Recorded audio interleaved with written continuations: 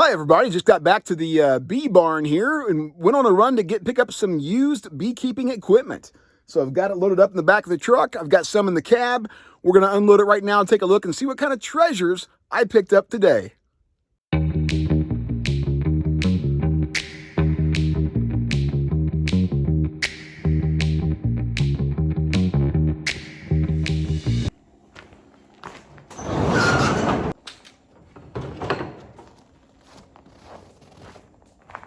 Queen excluders.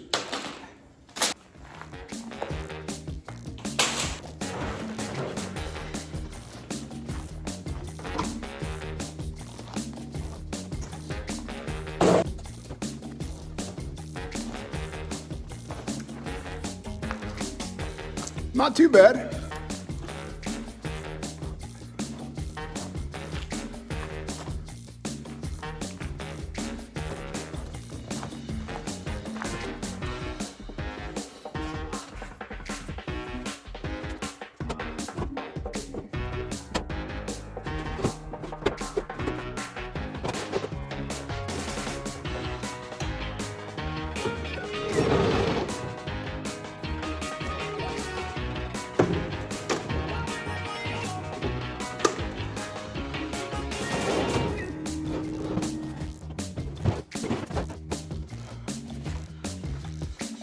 These are the plastic foundations.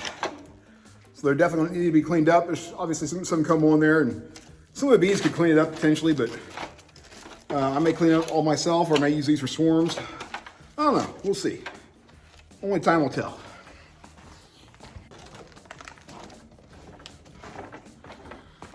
Now, when you buy used equipment, you don't always know what you're gonna get.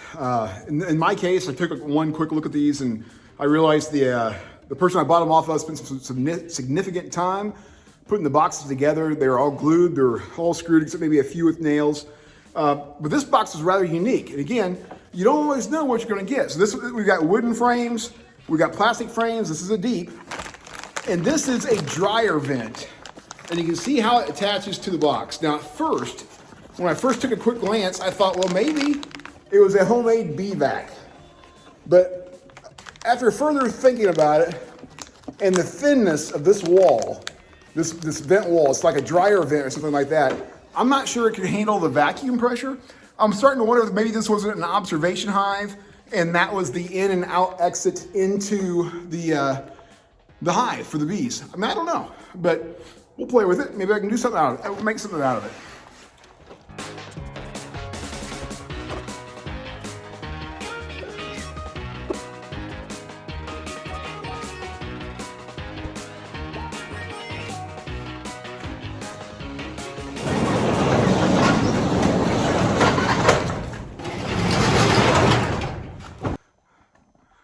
All right, let's talk about my treasures. So there you have it. These are my purchases from today, and not stacked up as neatly as I want or as organized as I would like, but I've got to get them in. It's 10 degrees out here. It's freezing in the barn as well. I don't have any heater out here in the bee barn where I store all my equipment, but let's just take a look at what I got so far. So in terms of deeps, 2, 4, 6, 8. I got 16 deeps with frames in there. And the frames would include some wooden, some plastic. You can see the ventilation pipe coming out of that one, which I think was probably an observation hive as opposed to a bee vac. Who knows? I could always make it into whatever I would like at a later date. But 18 deep supers with frames. And 1, 2, 3, 4, 5, 6, 7, 8, 9, 10, 11 mediums with frames. I've got one empty medium there. I've got 2, 4, 6, 7 deeps. Now these are double stacked, so that's why you're not counting 7. But I got them turned sideways for easy stacking. A lot of these, you can tell, of these deeps in particular, have never been used, especially this top one. You can see how nice and clean that one is. So never been used there, but 7 of those, 16 with frames, and those mediums there, and 1 medium without. Now, a couple other good finds. I think I've got 13 queen excluders, which is great. You know, always looking for queen excluders. Don't care in particular for the wooden ones as much, but they do work. I've got 3 entrance reducers, the standard entrance reducers you have there. I believe we got 2, 4, 6, 7 inner covers, wooden inner covers, 2 division boards. So these are good for making splits, all kinds of different things there. So 2 of those, greatly appreciate those. We've got 2 easy nuke boxes right there for deeps that I can use to make nukes, sell nukes, use for swarms, things of that nature. And I got some feeding shims. So 2 feeding shims here, very nice. Got some screens for the bottom to monitor Varroa mites if I choose to go that route on the bottoms. Really like this one feeder shim with ventilation. It's pretty nice. This one's very narrow. Not sure what they had in mind there. I may make that a division board as well here at a later date. Okay, now for some feeders. And a couple of these feeders I've never seen before. In particular, we've got this one up top. It's a plastic feeder insert with a cover. I'll pull it off here. You can see where we got the cover there to protect the bees from drowning, in theory. I say in theory only. But that feeder, this right here, fits down to this wooden insert. So that it fits right there. Bees can come up through here, drink the sugar syrup. We also have a cover to put on top of that, a hard plastic cover to put on top of that. And now we can go ahead and put our lid to the hive on. Below that, I've got 2 of these feeders. These are kind of nice. I like the way the wire's done to help protect and save the bees. These are clearly nicer than the ones that I have currently of the same type of design. And you got a bottom one there, obviously needs some cleaning, but you know, there's a risk. There's a risk anytime you buy used equipment. I mean, you don't know what it's going to be like. You don't know exactly what it is, how it fits. I've got pieces like that with the PVC pipe coming out or the vent pipe coming out.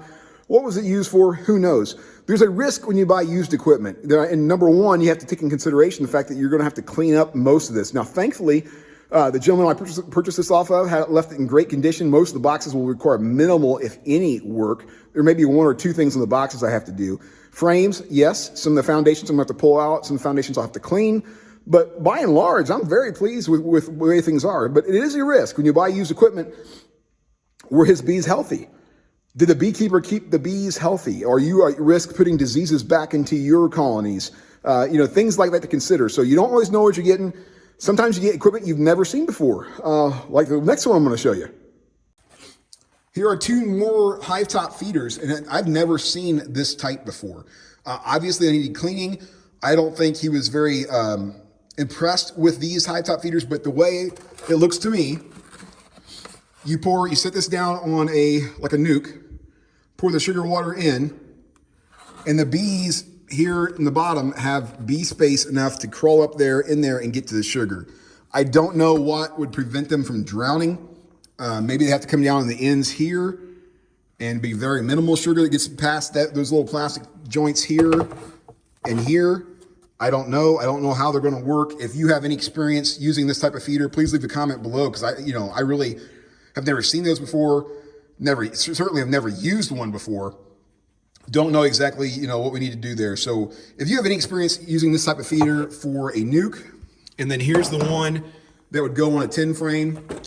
Again, I've never seen this type before. I'm assuming the bees have access there, but how much sugar gets back there. You pour the sugar syrup in here, and then it slides here underneath here, and the bees can come in and drink it. I don't know how bad it would be in terms of drowning. Bees almost always drown when you have a high top feeder or inner feeder. Bucket feeders are probably the best to use to be safe to prevent drowning, but this is what I got. It came with the deal. So again, I am very pleased with what we got. Also got 2 telescoping covers to match the feeders. Here's another one that we have, same style. You lift up and there you go. Bees come up. What prevents them from drowning? No clue, because there's no cover on this one like we had in the other one. Maybe I can build something, fabricate something, but you put the top there and then go ahead and put your telescoping cover on top. So the spring of 21, I started out with 8 hives. I had 8 colonies surviving the winter. I had 8 hives total and wanted to expand, and I did. I worked pretty hard, doing whatever I could to help get things moving along. And so at the end of the year, I ended up with 35. I don't know what my count is right now. I don't know how many have actually survived. I had some very late season swarms and even some cutouts that I put into nuke boxes, hoping that they'd make it, but who knows.